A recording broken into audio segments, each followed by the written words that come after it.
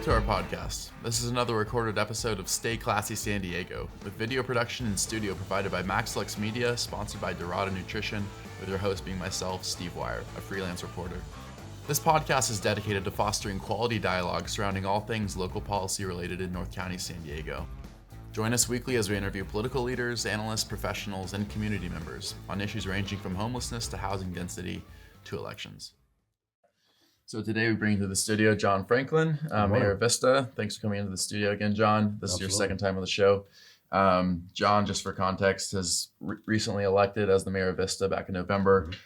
He served 8 years on the City Council, and he's been on the Vista Irrigation Board of Directors. He was until recently the SANDAG representative for Vista, which we'll get into that. He's also a small business owner and employer.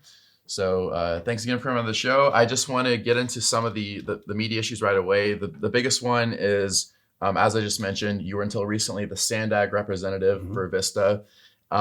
You're replaced by Katie Melendez, who's also on the City Council, as the representative, not without controversy. You made some public statements about the issue, specifically about the removal process and about the manner in which you were removed. You were unhappy with how that process unfolded. Sure. So today I want to talk a bit about, just from your perspective, what happened and why it's consequential. And let's just get into that. So since we have a little bit of time to get into it, I was never actually the primary representative to SANDAG. The whole thing is really interesting. I got elected and I was sworn in on, I think, December 12th of last year. And the rules of SANDAG say, and nobody called me to volunteer this information. I had to do my own research. But the rules say that whoever was last appointed remains appointed until the city withdraws and submits a new appointee. And so what that functionally meant was that Mayor Judy Ritter continued to be our primary representative, but now she no longer qualified to sit on the SANDAG board as she was not an incumbent mayor or council person. So it fell to me, who was the first alternate member from Vista, to then represent as the primary for the last, from December until the present. This February 24th, I was removed by the Vista City Council. So I actually forced the City Council to strip my powers as mayor to make the SANDAG appointment. I refused to appoint. So I offered Joe Green, who's a councilman from Vista, as an alternative to myself. Joe is aligned with me a number of times, and a number of times not aligned with me. So he's definitely an independent thinker, and the other members of our council know that, but they refuse to accept him as an alternative to myself. And so I said, look, I'm not going to send somebody to SANDAG who supports the road user charge. I'm not going to do it. I don't support the regional plan as it's written. The regional transportation plan, and I'll get into why that is. But so what ensued was a long conversation where, frankly, I achieved an important objective. I got my colleagues to talk for hours about why this was important to them. And I got them to say some super interesting things, which I've created a domain name, transparentvista.com, where it goes right to my Transparent Vista YouTube page, where you can watch my colleagues on the council saying all kinds of super interesting things. No editing, just, I turned a 6-hour council meeting into, a 2-minute clip so that people could actually digest some of what was said. Sure. And you can see the time markers. You can go watch the whole thing and get the context. But, Katie Melendez said pretty clearly, and she's modified this somewhat since then, but she said pretty clearly, and I take her first statement on the subject to be more indicative of where she's really at. That she does support the road user charge. She said that she will never support widening 78 Highway, which is, of course, a major priority for North County residents, especially in Vista, where we rely on the 78 Highway to get literally everywhere we're going. Mm-hmm. And she also said that she thought it was time to eliminate the single occupancy vehicle, which it took me a second. And then I realized what she was talking about was taking your car away from you. And, in Vista, our cars are pretty important to us because we're definitely a commuter city. So the perspective that she and the members of the council who supported her to go to SANDAG have is pretty, let's just say, unique. I think it's super outside the mainstream of what Vista voters would support. I believe that it's government's job to look primarily at what the needs and desires of citizens are and ask how government can accommodate the needs and desires by creating infrastructure that supports the way that people live their lives. Mm-hmm. There's another school of thought which says everything you're doing is wrong and I've got a better way. I don't care if you like that better way. I'm going to impose it on you. And in fact, I'm going to find a way to make it painful for you not to do what I want you to do. It's social engineering. And I'm going to, I want you to, to worship my ideology. And until you do, I'm going to punish you.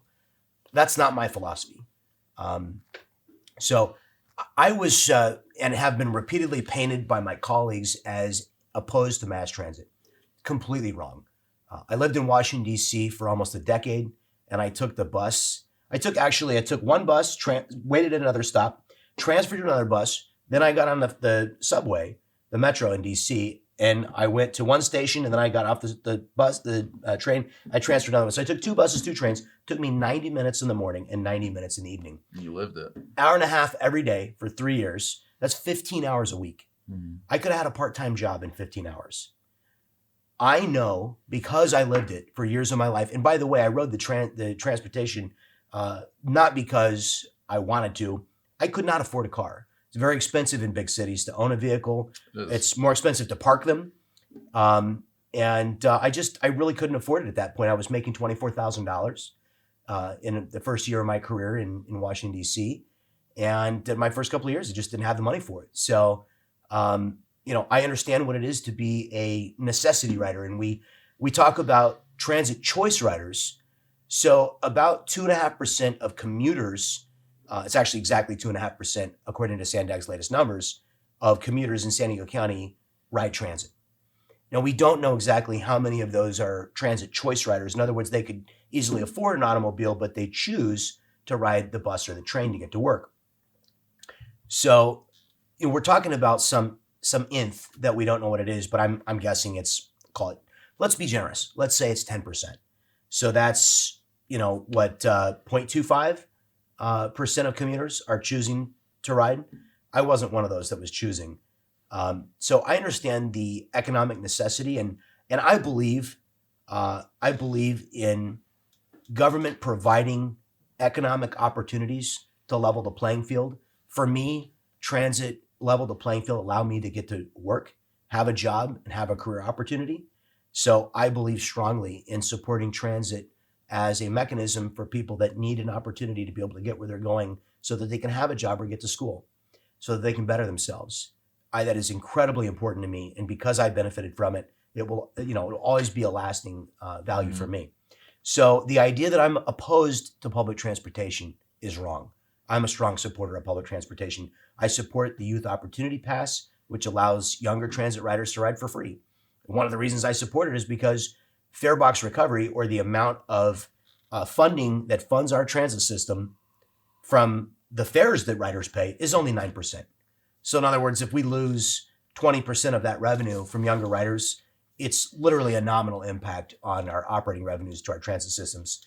So I think it's a great idea to allow students and younger workers to get where they're going for free. I want to encourage transit ridership, and I want to make it cheaper, and I want to make it more accessible. I want to make it work better. And I've got some really solid ideas about how to do that. What I do not want to do, however, is I do not want to take the woman who works 2 jobs and has kids to take to dance and to soccer and needs to stop at the grocery store on the way home. And I don't want to tell her that I'm going to make it so expensive for you to operate your vehicle that you no longer have the freedom to choose to operate a vehicle, but I'm going to force you to take the bus and now limit her economic choices. I don't think that that's righteous. I think that that constitutes what I refer to as the war on the poor. A lot of economic policies in the state of California, in my opinion, constitute a war on the working poor in our state. And I am absolutely, as somebody who started life with very little, took huge amounts of debt so I could go to school, and worked for, better part of 2 decades to pay those debts off. I am a committed warrior for the working person who is trying to change their life. I believe deeply in the ability in America for people to have class mobility, and I believe in economic freedom. So I want everybody to have a level playing field and the freedom of opportunity. Yeah, you really believe that this effort by SANDAG to push people out of their cars is actually going to hurt the poor and the middle income people the most? Well, it's certainly not going to hurt the people that are in the top half of income earners, right? So the average, if you look up on Google, you find pretty quickly the average California household drives about 26,000 miles a year. And so, there's a lot of numbers that have been thrown out about how much is the road user charge. In Appendix V of the 2021 Regional Transportation Plan, it spells out a 3.3%, a 3.3 cent road user charge that would be added on top of a 2 cent road user charge from the state of California. So that's where I come up with the number 5.3 cents. And I think that's pretty well documented, but I've seen it reported as 5.5 cents. I've seen it reported as 2 cents. I've seen it all over the place. But if you really look hard where the numbers come from, it's 5.3 cents. So you multiply 5.3 cents times the 26,500 miles that the average California family drives, and you come up with a number that's over $1,000 a year. And one of the points that I made at SANDAG, I looked right at Todd Gloria and Catherine Blakespeare while they were at the top of the dais at SANDAG, and I said, please just tell me that this is not going to be in addition to the gas tax. In other words, that people that are already paying the gas tax at the pump are not going to, it's double taxation. And I said, what was the response? Well, what I said is I am going to conclude my remarks now, and I'm going to yield the floor to anybody who would like to tell me from the other side that it's not going to be a double tax and that you intend to see the end of the gas tax before you impose the road user charge. And what was the response? Crickets. Crickets. No one wanted to lean forward into their microphone and say, I will not support a road user charge until the gas tax is eliminated, or anybody who pays a road user tax will not also pay a gas tax. Now, to me, that's a fundamental principle, right? Nobody is going to be satisfied or happy about paying double tax. There are two other very important aspects of the road user charge that give me a lot of grief. One of them is the fact that the road user charge does not incentivize efficiency. So we have this great thing in the gas tax. The gas tax actually encourages efficiency. It encourages us to buy vehicles that get more gas mileage. Aren't we going to want to incentivize electric vehicle drivers to buy vehicles that get greater mileage per kilowatt hour? Isn't that still going to be, where do we get kilowatt hours? Well, I can tell you in the state of California, we get kilowatt hours, 45% of them come from burning natural gas, which we are now as a state making war on. So our electric vehicles are still burning fossil fuels, and we are opposed to those fossil fuels by policy in this state. So are we still going to want to encourage efficiency? The other thing is, talking about efficiency and allocating the burden of taxation correctly, an 18-wheeler that weighs 80,000 pounds fully loaded, is it going to pay the same road user charge per mile that you pay in your Tesla? Does that make any sense? None. I don't think it does. We all know that heavy vehicles tear the road up. The weight of your vehicle has a substantial impact on the damage it does to the roadway. And right now, if you have a very heavy load, then it takes a lot of fuel to get it down the road. 18-wheelers get a couple of miles a gallon. So they pay substantially more in gas tax for the same mileage because of the weight of their load. It also encourages them to find better alternatives to carrying heavy loads and all. It makes us as consumers make better choices. So, but it allows us the freedom to make those choices. I think a better way, anybody who's looked at, some home electric technology and is kind of getting into this, I don't know if you've seen this, but there's a clamp. You can put it on your electrical meter and it will, or on your electrical panel, and it will look at all of the signatures that are coming out of your electrical panel. Yeah. And it will say, this device ran for this number of hours. It pulled this many amps and this many volts. And we know, based on the electrical signature of this device, we know that's a refrigerator. and we know that this is an electric dryer, and we know that this is your air conditioning unit. And by the way, we know that this is an electric vehicle charger because Sure. it's going to draw more current by far Yeah. than any of them. So we already have the technology to determine an in-home electric charger and which device that is. So we are taxing usage at the pump right now on total consumption on the fuel tax. Why not consider a tax on charging that would consider the total number of kilowatt hours being consumed? I told you I had 3 problems with the road user charge. The first one is double taxation. The second one is efficiency and allocation of taxation based on weight and damage to the roads. The third one is privacy. In the pilot program for the state of California, which is the only example we have about how the road user charge is going to be collected, a GPS device was installed in the vehicles of all the program participants. It seems invasive. It's totally invasive. And a lot of people want nothing to do with the government having a GPS tracker in their car. Another way to do it would be to put license plate readers up and take your license plate reading and collect all that information. Obviously, self-report on odometer. But then you get into if you drive to Massachusetts and back, let's say you make a 6,000 mile round trip, or is that more like 5,500 miles or something? So you drive 5,000 miles, and the vast majority of it, let's say 4,000 of it, is outside the state of California. Do you pay San Diego County tax on all of those miles? Without a GPS tracker, how would you be able to prove that those miles happen outside of the state? So a GPS tracker is kind of measure without the GPS tracker. Yeah, it really doesn't work without a GPS tracker, which is innately invasive. Absolutely. I don't think people are going to want to submit to that. And I also think, Congressman Issa submitted a bill in Congress recently called the No Track, No Tax Act. And I told the congressman, I said, this goes way beyond just GPS trackers and the mileage tax. We have a really fundamental concern that we need to start thinking about as citizens and in government, which is our privacy of our past location, our current location, and our future location from government. If you have a Gmail account, you know how it's friendly and it suggests, can I add this to your calendar? Mm-hmm. It knows where you're going to be in the future. Kind of spooky, right? They know what your future location is and they will sell that information. They're not just good guys. They're helping you with your email so that they can sell things like your future location to advertisers. Yeah. So that when you're, near the, what's the great chicken place here in Encinitas?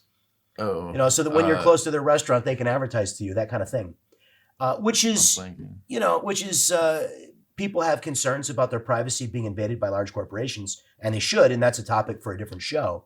But what you and I should be talking about is whether or not it's a concern that the government has access to our past location, where we were in the past, where we are today right now, and where we're going to be in the future. Mm. I consider that an invasion of privacy, and it's not just based on a GPS tracker. It's also based on access to our cell phones and all kinds of things. And I don't think we have sufficient privacy safeguards in place. And the fact that we're even having this conversation about a GPS tracker in our vehicles, gives evidence to the fact that we haven't thought enough about protecting our privacy. Yeah. So those are all significant concerns. And I think all those concerns are actually adequately addressed by charging a tax on the kilowatt hours at the point of charge for electric vehicles. So I think there's a smarter and better way. No one's saying that electric vehicles shouldn't pay their fair share of their impact and burden on the roadway. That's preposterous. And the other side is trying to make that point. And if I could continue my filibuster for just another moment here, the Democrats have now, they're planning for the 4th time to vote on a measure that says, dear staff of SANDAG, please find a way to remove the road user charge. Now, you understand they could just vote on a measure that says the road user charge is stricken from the RTP, from the Regional Transportation Plan. So they're just sort of playing games. I can write you a note. Cover their tracks. I can write you a note to say, could you kindly get me a cup of coffee? Mm-hmm. Or I could just go get myself a cup of coffee. Yeah. It's a total shell game. And for them to continue to go out into the public like they did before the last election and swear that they voted to remove it. No, they didn't.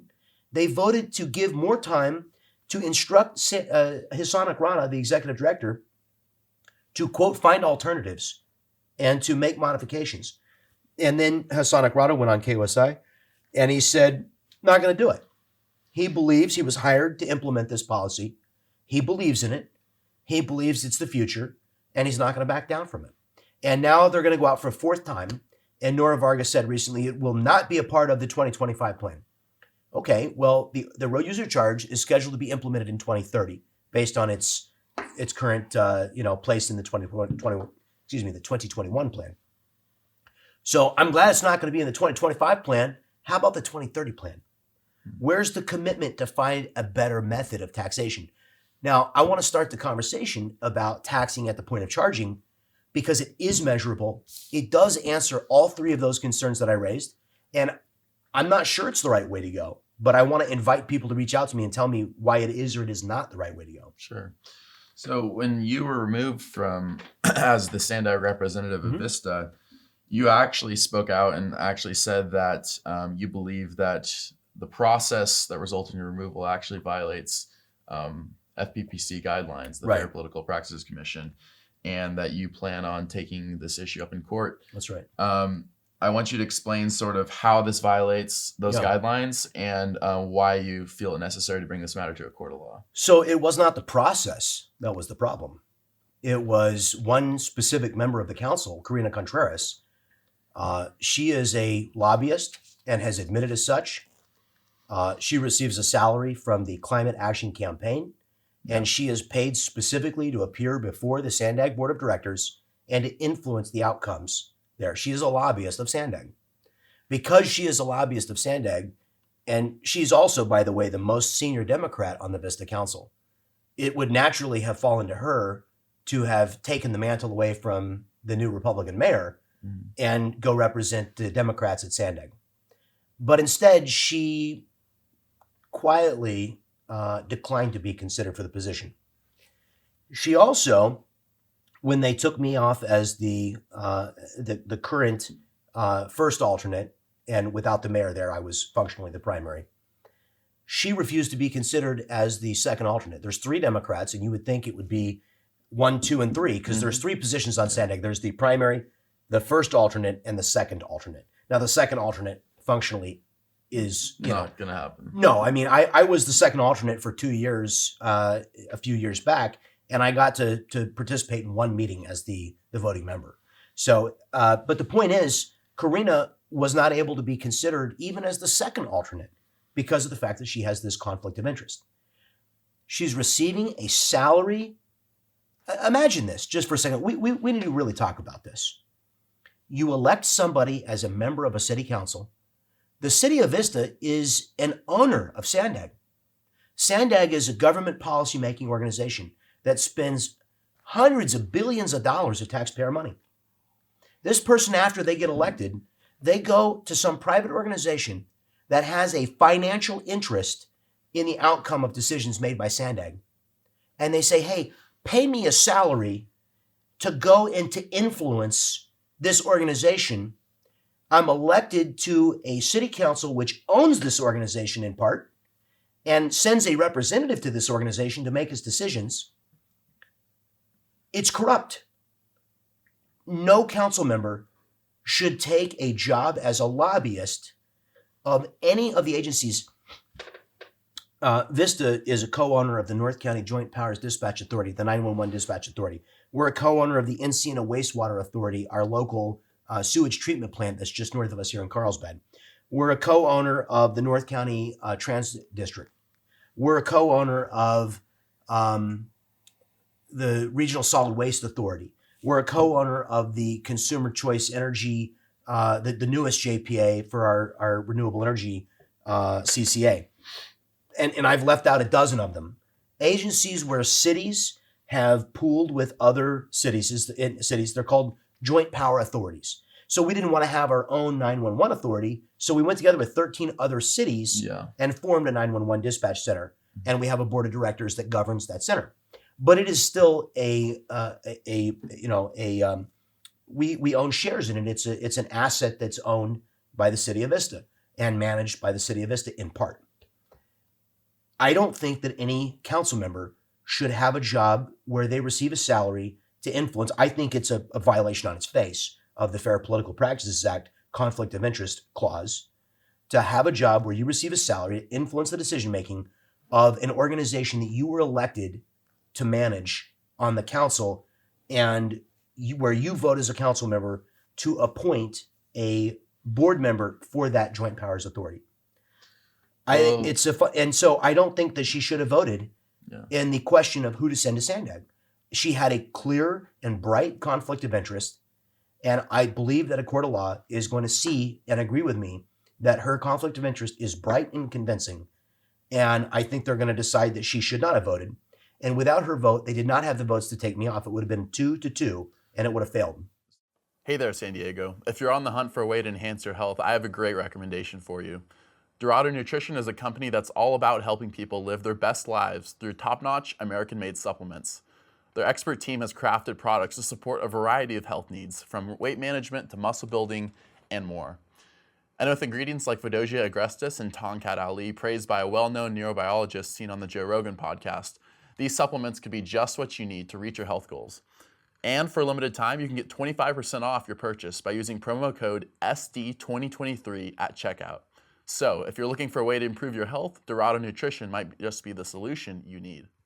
So I just want to be clear because just so we're clear, like people on the city council of Vista and on any city council have other jobs all the time, like own businesses, have jobs outside of council. So there's not an issue in principle with her having a position outside of council, but it's the fact that the position that she holds is connected to decisions that she's going to be making on the council that affect SANDAG. The fact that the specific thing that she is employed to do is to influence the decision making of an agency owned by the city, and that the organization paying to influence her has financial interests in the outcome of those decisions. That's a bright conflict of interest. If she was paid to paint houses, no conflict there. Unless the house happens to be owned by the city of Vista and the city of Vista is paying for the painting contract. But this is a bright case where, am I wrong? Doesn't it seem like there's something that at least needs to be investigated? I mean, I'm not going to ask you to be the judge and jury, but I think most citizens can see on its face, if I got a job lobbying the 911 authority and the city of Vista is a co-owner of it, obviously that would be a tremendous conflict of interest. And I would need to recuse myself in all matters at minimum with regard to the 911 authority. Although honestly, I would never have anything to do with any sort of job that, first of all, I've never worked as a lobbyist. I think it's inappropriate for an elected official to also be a lobbyist, because lobbyists by definition are paid to influence legislative activities. And there's too much confusion, or what I would call muddying the waters, between your official role that you've been elected to carry out the interests of the people, and between the private special interest that's paying you to achieve an outcome that's only in the interest of this one private entity. Sure. So to me, it's a huge problem. And, I said I didn't think I was going to find myself in the middle of a public integrity issue here, but there is a major public integrity issue. And it's symptomatic of the much larger relationship between moneyed interests, particularly those who have a lot to gain. And let me tell you, they filled the chambers. Those who have a lot to financially gain, they filled the chambers in support of removing me because of the $165 billion. Just think about something. That goes into the RTP. You wonder, that's exactly right. So where did they come up with $165 billion? Do you ever wonder? Did you know that that's exactly $50,000 for every one of the 3.3 million residents of San Diego County? Do you think they just said, well, let's just shoot for $50,000 a person? I mean, it's awfully coincidental that it's exactly that number. Mm-hmm. Now, Richard Bailey, the mayor of Coronado, has said, and I borrow it liberally from him, that we could buy every single one of the 2.5% of commuters who rely on mass transit. We could buy every single one of them a Tesla. We could put a charger in their garage. pay their SDG&E bill, and every 3 years buy them a brand new Tesla, and it would still be dramatically cheaper than spending $50,000 for every man, woman, and infant child in the county of San Diego. Yeah, I believe you made that point on this show. The numbers are mind-boggling, and I invite any person to go and pull the numbers down. I went and pulled the numbers down this morning in advance of our conversations to remind myself, for the North County Transit District alone, on a blended basis for buses and train trips, it's an average of $32 per trip. $32. It's not the $2.50 that you pay in fare. That's not what it costs. Remember, I said that only 9% of the cost of the trip is paid for by the fare. Mm-hmm. So take whatever you paid in fare, multiply it times 10. That's the actual cost. But it's, like I say, it's on a blended basis, it's $32. Now, what does it cost you to get in an Uber and go from one side of Encinitas to the other? Oh, not $32. No. We've all ridden enough Ubers and Lyfts to know it doesn't cost $32 to take a short trip. No. Now, if we're going all the way downtown, we might spend that kind of money. Yeah. The point is, there are better options out there. And it's one of the reasons that I've been in a, let's just say a pointed and spirited conversation with some of my colleagues about whether or not we should be leading the world as a region in San Diego in developing autonomous vehicle technology. Because I believe that the buses are actually the least efficient part of the transportation system. I think the trains have a chance if we could solve the last mile problem. And what's the last mile problem? It's you get off the train and you actually have 3.5 miles to go to get to your destination. You still got to get 3.5 miles. It's late at night and the buses aren't running frequently and you got to transfer to take 2 different buses. Who wants to do that? No one. But if an Uber pulled up to get you when you got off the train and took you home, now all of a sudden, that's an experience that a lot of people who live where we're at in Encinitas right now, they might go, that's up to my standard, and I'd be willing to do that. I think people in Vista would be willing to do that. I think we could subsidize, and at a much greater discount to the taxpayer than what we're paying on all of our buses, I think we could pay to subsidize lower income persons' access to UberScript. There's a lot of scenarios where alternatives to the current system make sense, but instead we seem to be totally married to doubling down on the current forms and modes of transportation rather than looking at some of the new ones. How about buying electric bikes? Electric bikes are a complete game changer, and we've yet to even have a legitimate conversation. I saw several of them here in Encinitas on my way to get to the studio this morning. Electric bikes are potentially a game changer in the last mile problem, and we could subsidize the cost of those bikes for low-income persons and really help them solve some of their transportation challenges. And that's just one example of how new technologies might be able to level the playing field for low-income and working families to make sure that they have access to transportation options. Yeah. And I'm not saying that that's appropriate for everyone and in all seasons, but it might solve some of the challenges, and at least it's an option we should be looking at. So instead of sort of the motto of SANDAG right now seems to be doubling down on older forms of transit that are sort of antiquated instead of looking at new technologies, harnessing the power of potentially, these self-automated Ubers, electric bicycles, that sort of thing. So it's sort of we're going backwards with this plan instead of looking forwards. That's right. And, and I have this argument, and I honestly, I don't understand it. Some of my colleagues, in fact, one of them that, I had an interesting conversation with me. It was quite spirited. We were talking about the future of autonomous vehicles because I often say, as a world leader in technology, as a region, San Diego should be the world leader in autonomous vehicle development. Yeah. And we should go to Uber, we should go to Tesla, and we should go to, who's the other one? Google, who are all the 3 leaders in autonomous vehicle technology. And we should say, what do we need to do as a region to make our roadways work efficiently and effectively with autonomous vehicle technology?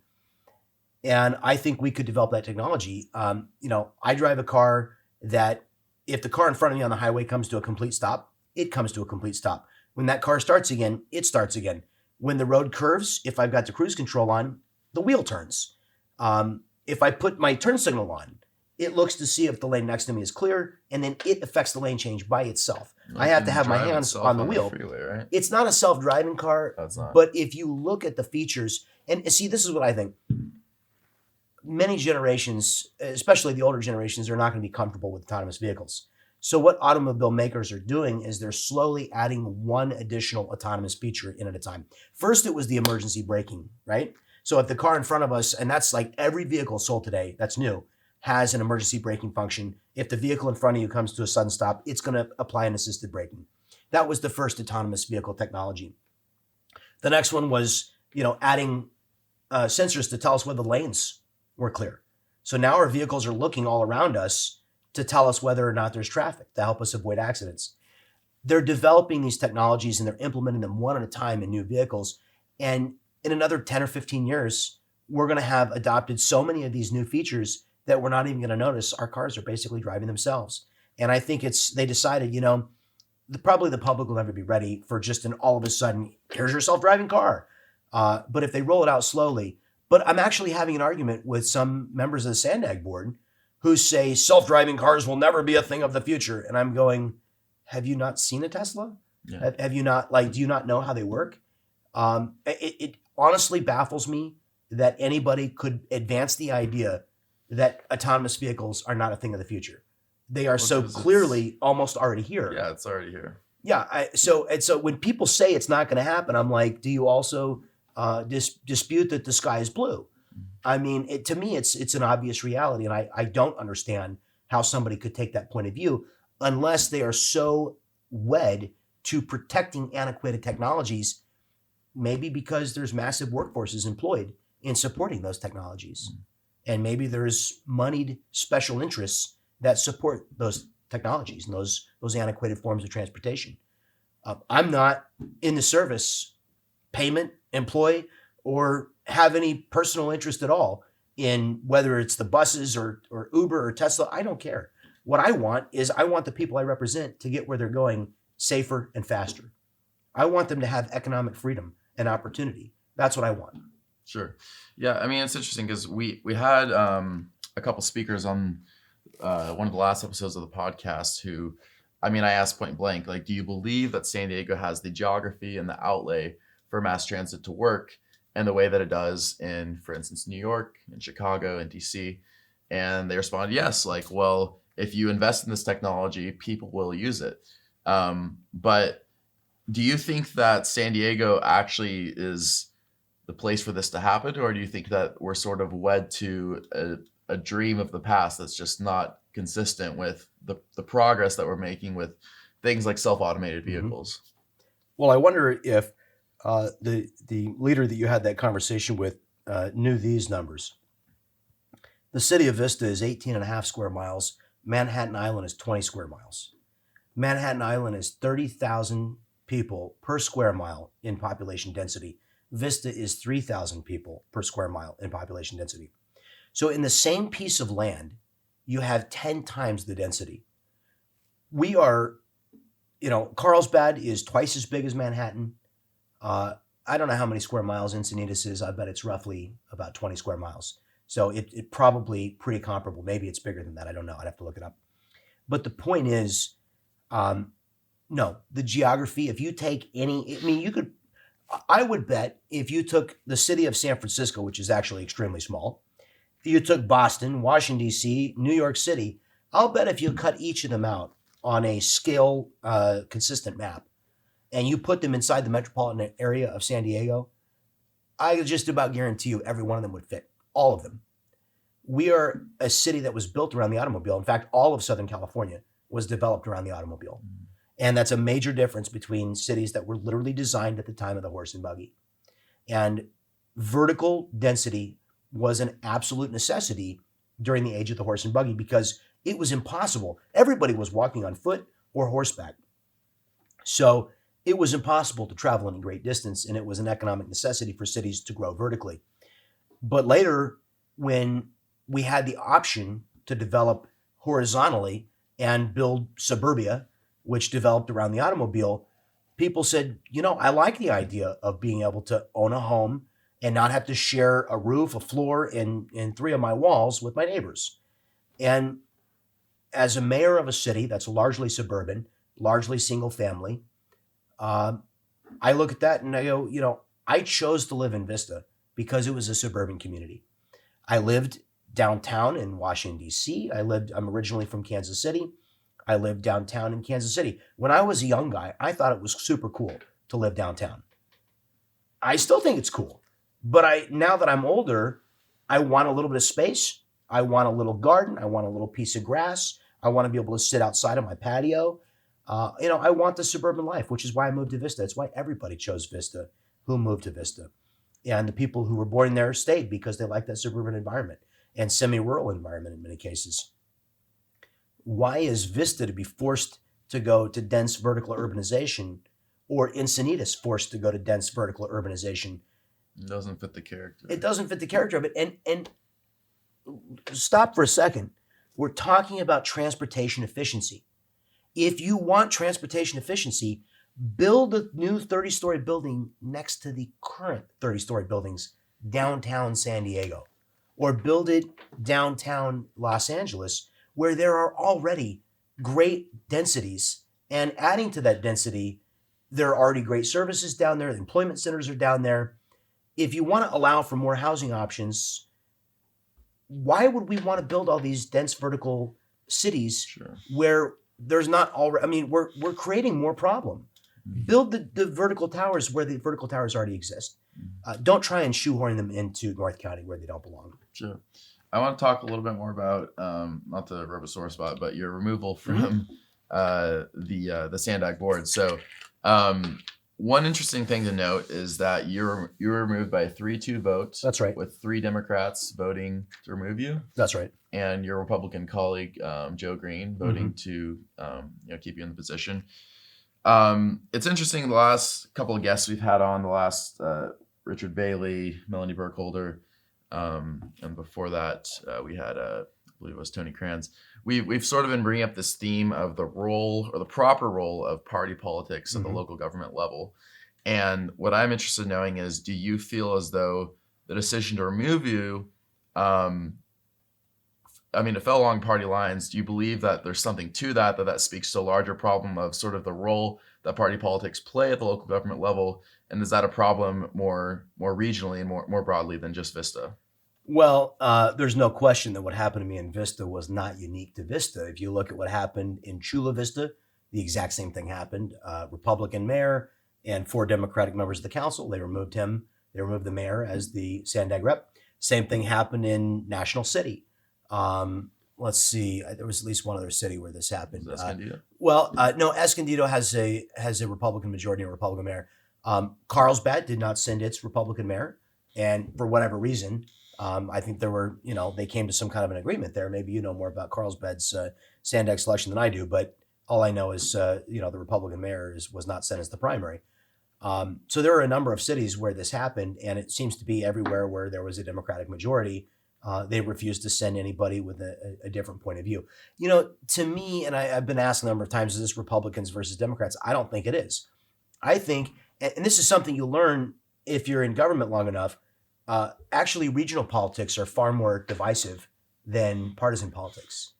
To me, this is really about, sorry, I just spiked the mic there. To me, this is more about the downtown urban community and the people who are connected with it. Sorry, I didn't mean to blow your ears out there. And the semi rural and suburban community that I represent. I do believe that probably party leadership on the other side put a lot of pressure on my colleagues to remove me. But I also, based on their comments, they clearly said that they support the aims of the regional transportation plan. Conservative leaders like myself have worked to use the mileage tax because it is certainly a visible specter in the regional transportation plan that voters do not like. We're trying to bring attention to the entire plan, though. The 5 big moves, SANDAG calls them, which are the components of the regional transportation plan. I call them the 5 bad moves because none of them include maintaining and expanding our current highway infrastructure. Mm-hmm. We know that our population has grown over the last 40 years consistently, and we've hit a bit of a slowdown. Probably not a terrible thing. but we know that our population is going to continue to grow. Sure. So why would we not continue to plan? And more important, voters approved the Transnet extension in 2005, actually 2004, for another 40 years, and they were promised improvements to Highway 78, Highway 67, Highway 52. They were promised we would get rid of the stoplight at I-5 and 78 Highway, that we would have a functional interchange at 15 and 78. None of those projects have been realized. Not one of them have they broken ground on. So where'd all that money go? Well, that's a really good question. SANDAG has, hundreds of employees and a giant annual budget. And which some say is mismanaged. Don't get me wrong. I'm very concerned about executives going out and having a 2-martini lunch on our expense. Yeah. That is completely unacceptable. But I'm a lot more concerned about hundreds of policymakers who are shuffling the deck chairs with giant 6-figure salaries at our expense and not actually making anything happen. I'd rather have more boots on the ground where people are turning shovels than all these highly paid people who are, endlessly studying how to build things that never actually get built. It's extremely frustrating. The bureaucracy is unhinged. And so we're not getting these things built. It's a full month ago. I think it's more like 3 weeks ago. At my last meeting that I was the representative for Vista to SANDAG, there was a proposed amendment to the Transnet ordinance. What is the Transnet ordinance? It's the law that was adopted by voters when they extended the Transnet tax. And in that law, it says that a 2/3 supermajority of the SANDAG Board of Directors can amend the Transnet ordinance. Well, the Transnet ordinance governs, it not only lays out that there shall be a half-cent sales tax, it also says what that money is going to be spent on. And SANDAG, the Board of Directors, tried and failed because they couldn't get a 2/3 majority.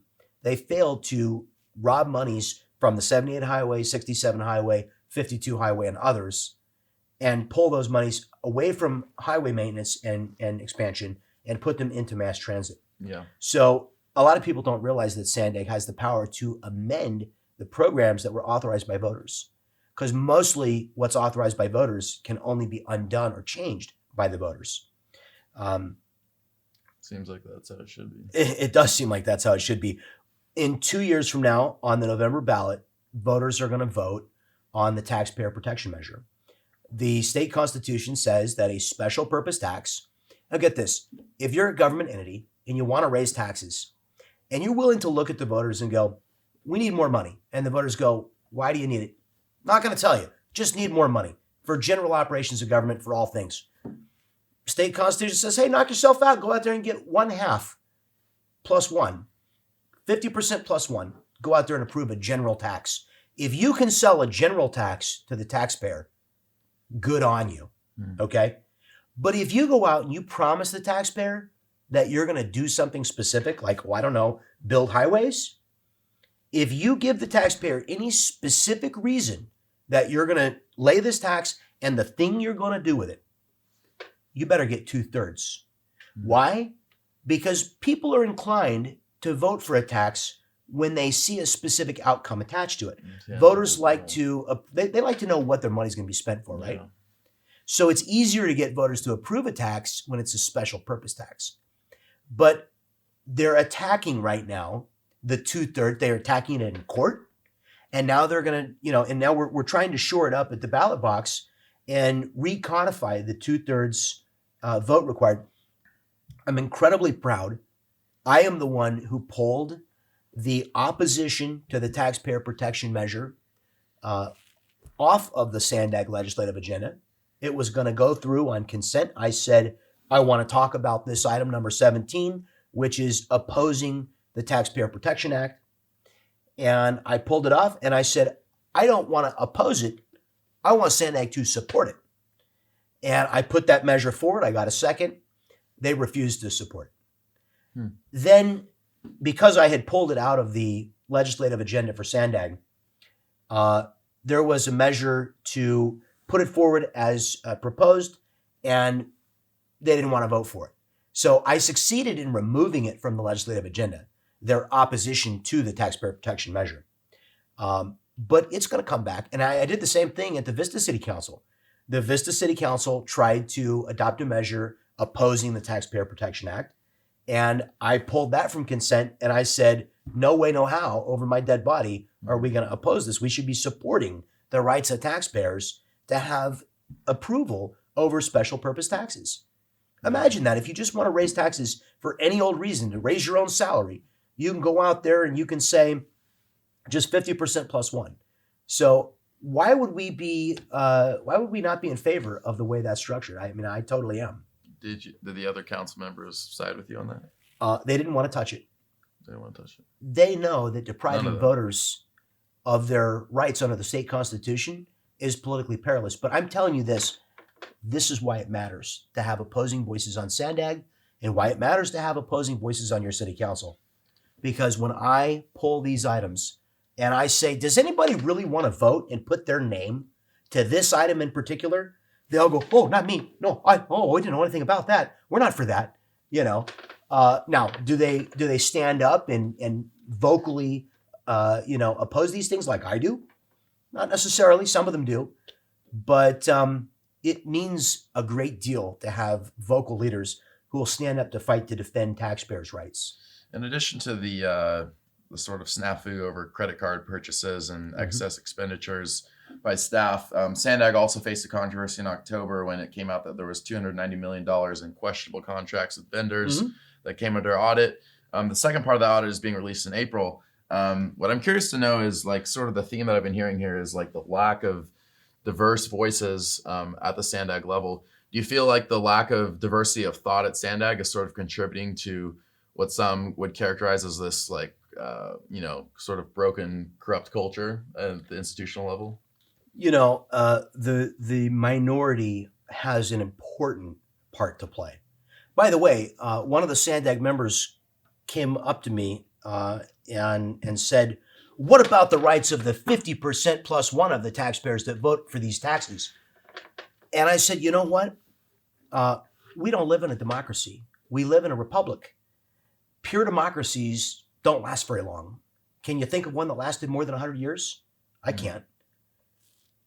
We live in a republic for a reason. What is a republic as differentiated from a democracy?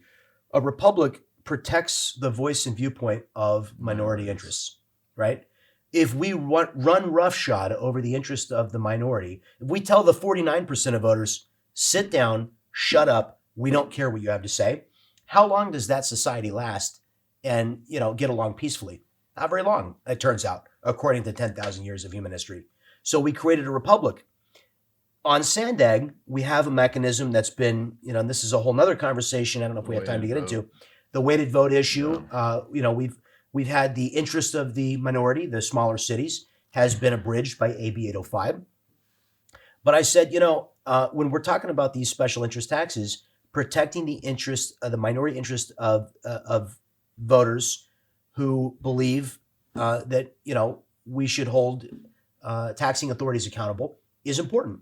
And that's why I support it. So it's a fundamental difference. But you ask about the role of minority viewpoints in creating a culture where we hold people accountable. Absolutely important. You talked about the tens of millions of dollars of contracts where we didn't even have a fixed amount recorded. We had let contracts for millions of dollars and did not fix in advance in the contract the amount that it was supposed to be, such that when the vendor turned in his invoices, could have been any amount. There was no way to hold that vendor accountable for cost overruns. Completely a violation of state law and completely irresponsible and absolutely unacceptable. And there has to be accountability at SANDAG for following public expenditure laws and for the proper stewardship and custody of taxpayer monies. They're asking for billions more in taxing authority. They want to raise another 1.5 cents of sales taxes. They're too afraid to ask for a sales tax increase of 1.5 cents. So they intend to go 3 separate times to the voters and ask for 0.5 cent sales taxes. My message to voters is just say no to new taxes. that SANDAG proposes. Why? Because, I like the way George Bush said this. He said, fool me once, shame on you. Fool me twice, can't get fooled again. Well, we've been fooled by SANDAG 2 times now. Transnet 1 and Transnet 2. Ernie Cowan is the retired mayor of Escondido. He said to me, and he was younger than I am when he was mayor of Escondido. And he said to me, John, I was the chairman of SANDAG when we passed Transnet 1. And they lied to me about what they were going to do with the money. And, he helped pass it. And then he went on and he retired from government service. And he felt lied to. And he felt lied to. And he told me during the 2015 Measure A conversation, he said, don't trust them again. They've lied to us now twice. There's no reason that we in North County should believe them when they ask our voters to approve new taxes and say that they're going to benefit our region. And they never do. They always wind up benefiting folks downtown and the city of San Diego and Chula Vista, and we never get any of that money. And I agree with him. All the record demonstrates that we don't get our fair share. And so I'm asking voters to oppose these new taxes because they don't do what they promised they're going to do. Measure A in 2015, or was on the ballot in 2016, I think. It started in 2015. The commercials, see if you remember, there was a close-up of automobile tires and wheels going over potholes. And the rubber tire on your car hit the pothole, and like 1965 Batman, it said, "Ooch, ouch." Okay, it was like a play on Batman. And they actually campaigned to adopt this tax, telling voters that it was going to improve the roadways. Only 14% of the money in that Measure A half-cent sales tax was slated for roadway improvements. Only 14%. 50% of it was to go to bus drivers' salaries and bus operations. That seems wrong. It was misleading in the extreme, and voters declined to approve that tax. Here in 2022, voters declined even to give the special interest operatives. So SANDAG reasoned that they needed fewer votes to pass the tax if they didn't put it on the ballot. And so they went to their friends, the same friends that showed up to encourage my removal from SANDAG, the ones who will benefit directly from the tax. And they asked them to go out and collect the signatures. And Who are these people? Is it the Climate Action Campaign, or? They're part of the group of interests. But you just follow the money. Follow the money. It's a very short pathway to find where the money goes. And those are the folks that they asked to collect the signatures, and the voters refused to give them the signatures, even to put it on the ballot. Voters are wising up. They don't trust SANDAG. They see that SANDAG is not a well-run agency. They see that it is silencing the voices of the minority. Be strong enough to believe in what you're doing and be able to accept the fact that somebody opposes what you're doing and they're going to vocally resist it and say, you know what, we hear that argument, but we believe we're righteous. Go to the voters and plead your case to them. They don't want anybody bringing up the opposing point of view. They can't stand somebody telling the truth on the other side. There's no diversity of thought. No diversity of thought.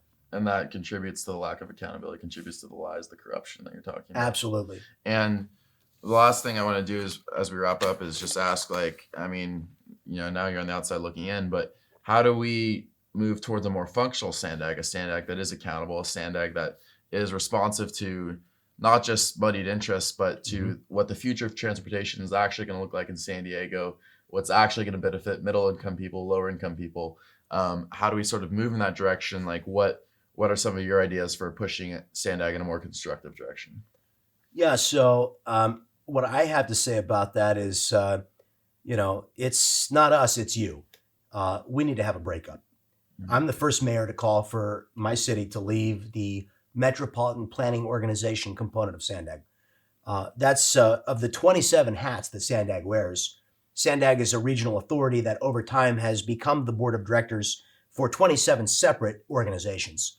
But the king daddy of organizations that it represents is the Metropolitan Planning Organization, a federal designation to receive federal dollars for a regional transportation area. Any area of 200,000 people or more can form its own Metropolitan Planning Organization. What I say is Why would the city of San Diego have to come crawling to the likes of Vista to ask how it's going to spend its federal transit dollars? Let the city of San Diego take its money from the federal government. Let the city of San Diego spend its money however it sees fit. And you know what? I'm not going to come to the city of San Diego and tell them what to do with their money. But then let us in North County and in East County form our own organization and receive our federal dollars directly. And let us spend our dollars in a way that's most likely to affect the safety and comfort of the people that we represent. Let us use. SANDAG needs to be broken up. I think the Metropolitan Planning Organization component, which is the federal transportation dollars. Why do we need, we're one of the largest MPOs, Metropolitan Planning Organizations, in the state of California. Yeah. Why do we need 3.3 million people in one Metropolitan Planning Organization? Sometimes things become too big to manage. Sometimes by breaking them up into smaller pieces, we find the greater ability to work together. There's still 26 other board of directors that are composed by the SANDAG board of directors that we can work regionally for economic development. We can have some dialogue on public safety, but we don't necessarily need to collaborate with them and have the same vision that downtown San Diego has and share our money. Was it Franklin that said democracy is two wolves and a sheep voting on what to have for dinner? Remember that? Yeah. That's what's going on at SANDAG, because the city of San Diego and Chula Vista or the county of San Diego, any other agency basically joining with the city of San Diego, the two of them can outvote the other 19 agencies, or I should say the other 17. There's 19 total. They can outvote the other 17. What's the point of having a meeting, a board of directors where we come together to make decisions, where I go, thank you for telling me how you feel. Now I'm going to vote all by myself over here. There's two of us on this board. You don't have a vote, or you have one, but it doesn't count. So thanks for bringing your input today. I'm going to make the decision without your input, and I'm going to disregard you entirely in the actual decision making. But I hope it made you feel good to be here and say your piece today. Well, it doesn't make me feel good to come and say my piece and then have my vote not count. Be totally ignored. This is super important. When we founded SANDAG, we had a dual system for voting. In order to approve any measure of SANDAG, you had to have a majority of the votes of the tally, that's the 19 agencies, each getting one vote, and a majority of the weighted population. This meant that the interest of the minority, the smaller cities, was considered. It also meant that the smaller cities couldn't gang up on the bigger cities and impose their will on them, because the bigger cities, now think about this. Can you think of a parallel? Like, I don't know, the Great Compromise? I can. Absolutely. We wouldn't have adopted the Constitution of the United States without the Great Compromise, which gave the small states equal representation in the U.S. Senate and weighted population representation in the House. This is the same concept exactly upon which SANDAG was founded. We had a system that allowed for everyone's voice to be heard and considered and to act with consensus. This is important. When we talk about the difference between a republic versus a pure democracy, what we're saying is we need to have a consensus to move forward. When we build consensus, we don't tear each other apart. We don't offend one another. We work together cooperatively for the future. We need a system that protects the ability to form and build consensus and to work in a way that all voters look and go, yeah, that's for everybody's best interest, not for one specific group. Yeah, absolutely. Well, we do have to wrap up there, but I want to I think it would be great to continue this conversation in the future, because one thing is that even though you're no longer on the SANDAG board, is you have a lot of unique ideas about the future of transit in North County, and particularly, with self-driving cars, with automated cars, what that future could look like. And I think that's, we're doing a series right now on climate policy, on renewable energy, and I think that's a good sort of segue into a future conversation about what we can do to push towards renewable energy that doesn't involve the RTP, that doesn't involve, pushing people back towards public transit, but instead involves looking towards the future of self-driving cars, of automated cars, and those sorts of, innovative ideas. So I want to continue this conversation another time, but in the meantime, thanks for coming on today. Really appreciate your time. Don't forget, I'm still the second alternate to SANDAG. The second alternate. So you might show up to a meeting every now and then. Don't expect me to be silent on issues relevant at the SANDAG board of directors. Whether I'm there to vote to represent Vista or not, I will be present and I will make my voice heard. Okay. Well, I'm glad to have you on the show, John. Thank you. Steve. All right, guys. That's a wrap. This has been another recorded episode of Stay Classy San Diego with your host, Steve Wire. Thanks again to our sponsors, MaxLux Media at maxluxmedia.com and Dorado Nutrition at doradonutrition.com. And thanks to all of our listeners for tuning into the show. See you next time. Stay classy, San Diego.